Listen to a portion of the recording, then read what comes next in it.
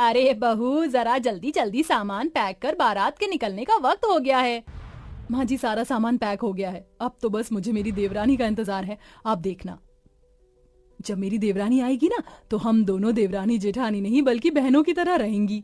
सभी लोग जल्दी जल्दी सारी तैयारियां खत्म करते हैं और बारात लेकर निकल जाते हैं। शादी होने के बाद सभी लोग घर की नई बहू अलका को लेकर घर आ जाते हैं, जहां ज्योति और लक्ष्मी बड़े प्यार से अलका का स्वागत करती हैं। ओह गॉड, इतनी ज्यादा गर्मी है यहाँ, मेरा तो दम घुट रहा है। मेरा रूम कहाँ है? मुझे चेंज करना है। आओ अलका, मैं तुम्हें तुम्हारे कमरे में ले चलती हूँ। अलका कमरे में जाते ही अपनी शादी का जोड़ा उतार कर अपने कंफर्ट के कपड़े पहनकर सीधा लेट जाती है, जिसे देख ज्योति को थोड़ा अजीब लगता है, लेकिन वो कुछ नहीं कहती। अलका की शादी भले ही एक मिडिल क्लास फैमिली में हुई थी, लेकिन अलका काफी अमीर घर से थी, इसलिए वो अपने पापा से कहकर 2 एसी मंगवा लेती है, जिसमें से एक एसी तो वो अपने कमरे में और एक एसी अपनी सास के कमरे में लगवाती है। अलका बहू, ये मेरे कमरे में एसी कब लगा और किसने लगाया ये एसी? माँ जी, मैंने लगवाया है आपके कमरे में एसी। वो क्या है ना, गर्मी का मौसम शुरू हो चुका है और इतनी गर्मी में आपको बिना एसी के काफी प्रॉब्लम होती होगी ना। किसी की नजर ना लगे मेरी बहू को, आते ही मेरा कितना ख्याल रख रही है। मुझे परेशानी ना हो इसलिए मेरे कमरे में एसी भी लगवा दिया। लक्ष्मी इतना बोल ही रही होती है कि तभी वहां ज्योति आ जाती है। अलका, मेरे साथ किचन में चलो, आज तुम अपने हाथों से खाना बनाना। वो क्या है ना, मुझसे इतनी गर्मी में कोई काम नहीं किया जाएगा। वैसे भी मैं माँ जी के लिए कुछ ज्वेलरी और साड़ी लेकर आई थी, तो वो मुझे उन्हें दिखानी थी। अच्छा, कोई बात नहीं बहू, फिर कभी बना लेना खाना। ज्योति बहू, जा जाकर तू ही बना ले आज खाना। ज्योति को यह सब बड़ा अजीब लगता है, लेकिन वो ज्यादा ध्यान नहीं देती और ऐसे ही कुछ दिन गुजर जाते हैं। अलका, आज ढेर सारे कपड़े हैं, आओ कपड़े धोने में मेरी मदद करो। लेकिन मैं तो माँ जी के साथ बाहर पार्लर जा रही थी। तो बाद में चले जाना, घर का काम जरूरी है या पार्लर जाना? एक दिन अगर तू कपड़े धो लेगी तो क्या हो जाएगा, इतने सालों से तो तू ही धो रही है। अलका बहू, चल, हमें पार्लर के लिए लेट हो रहा है। अलका लक्ष्मी को अपने साथ पार्लर ले जाती है।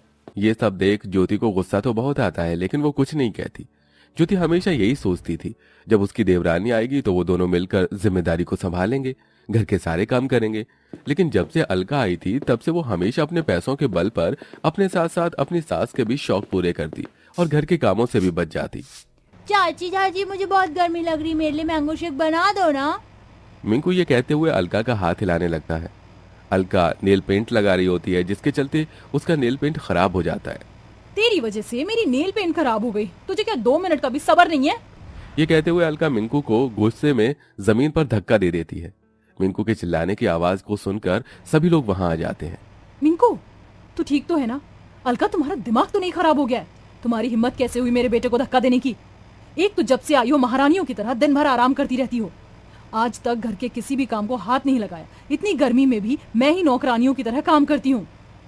तुम्हारी इतनी हिम्मत कि तुमने मुझसे इस तरह से बात की। जानती भी हो मैं किसकी बेटी हूँ। बस अब मैं अपनी इंसल्ट और बर्दाश्त नहीं कर सकती। मैं तुम्हारे साथ इस घर में नहीं रह सकती, मुझे बंटवारा चाहिए। हाँ, तो मैं भी कौन सा तुम्हारे साथ रहने के लिए मर रही हूँ, मुझे भी अब बंटवारा ही चाहिए।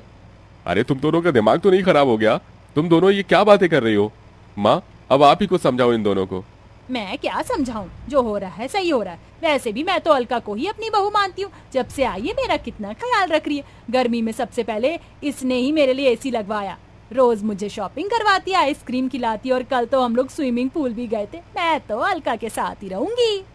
लक्ष्मी के फैसले के आगे अब कोई कुछ नहीं बोलता था, जिसके बाद अब अलका व्हाइट पेंट लेकर आती है और सबसे पहले हॉल में लाइन खींच देती है। साथ ही साथ बाथरूम, किचन, डाइनिंग टेबल, यहाँ तक कि फ्रिज पर भी लाइन खींचकर उसका भी बंटवारा कर देती है। और अब एक तरफ लेकिन अलका अपने पति नितिन और सास के साथ रहती है, वहीं दूसरी तरफ लाइन के ज्योति अपने पति दुर्गेश और बेटे के साथ रहती है। अलका बहू, बहुत भूख लग रही, जल्दी से खाना बना दे। क्या क्या कहा आपने? मैं खाना बनाऊंगी? मैंने अपने मायके में आज तक चाय तो बनाई नहीं, और आप मुझसे खाना बनाने की उम्मीद कर रही हैं। ज्यादा भूख लग रही है तो खुद जाकर बना लीजिए। अपनी बहू की बात सुन बेचारी लक्ष्मी खुद गर्मी में आकर किचन में खाना बनाने लगती है। वहीं लाइन की दूसरी तरफ ज्योति भी खाना बना रही थी। कैसी निकम्मी बहू है मेरी, इसे दिखाई नहीं दे रहा है कि इसकी बूढ़ी सास इतनी गर्मी में भी खाना बना रही है। ये नहीं आकर कुछ मदद कर दे। लक्ष्मी मन ही मन ज्योति को कोसने लगती है और खाना बनाकर वहां से चली जाती है। और ऐसे ही कुछ दिन गुजर जाते हैं। लक्ष्मी देखती है कि ज्योति लाइन के उस तरफ अच्छे से झाड़ू पोछा करके साफ सफाई कर रही है। लाइन के इस तरफ वाला घर किसी हीरे की तरह चमक रहा है, वहीं उसके वाला घर किसी कूड़ेदान की तरह लग रहा था।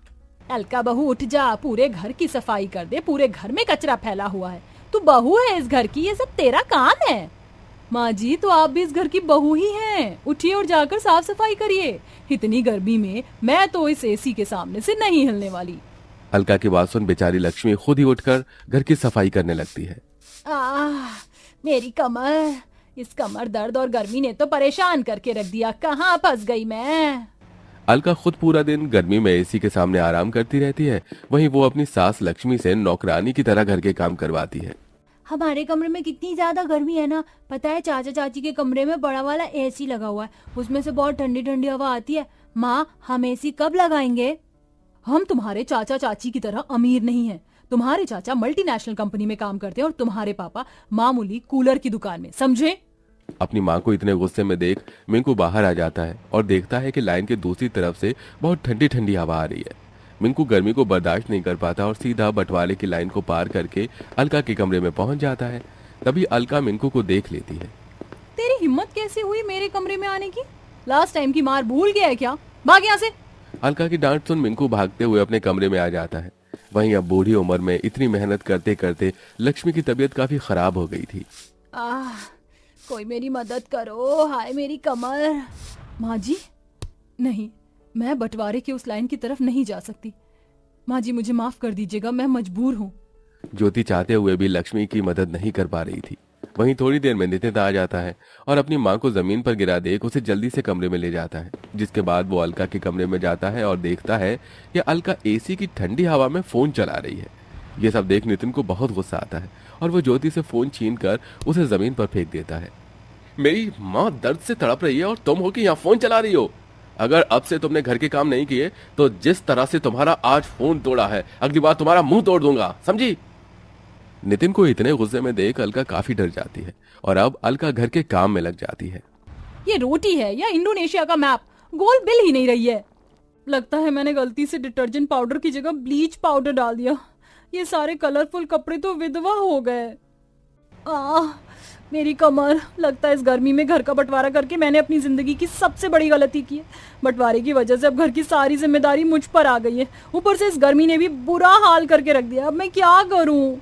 ये कहते हुए अलका जोर जोर से रोने लगती है और अब वो माफी मांगने के लिए अपने खुद की खींची हुई बंटवारे की लाइन को पार करके सीधा अपनी जेठानी ज्योति के कमरे में जाती है, जहां वो देखती है कि उसकी सास पहले से ही वहां मौजूद है। माँ जी, आप? और नहीं तो क्या करती मैं? घर की बड़ी होने के नाते मुझे इस बंटवारे को रोकना चाहिए था, लेकिन तेरी अमीरी की चकाचौंध ने तो मुझे अंधा करके रख दिया था। मैं यहाँ ज्योति बहू से माफी मांगने आई हूँ। जेठानी जी, मुझे भी माफ कर दीजिए, मुझसे बहुत बड़ी गलती हो गई। देवरानी जेठानी में घर का बंटवारा करके मैंने बहुत बड़ा पाप किया है, लेकिन अब मुझे मेरी गलती का एहसास हो गया है। नहीं, मैं तुम्हें इतनी आसानी से माफ नहीं कर सकती। भगवान के लिए हम दोनों को माफ कर दे बहू, हमसे बहुत बड़ी गलती हो गई है। माँ जी, ये आप क्या कर रही हैं? आप मेरे सामने हाथ मत जोड़िए। ज्योति अपनी सास और देवरानी को अपनी अपनी गलतियों का एहसास होता देख उन्हें माफ कर देती है, जिसके बाद अब दोनों देवरानी जेठानी मिलकर घर की जिम्मेदारियों को उठाते हैं और मिलजुल कर सारे काम करते हैं और सब लोग हंसी खुशी रहते हैं।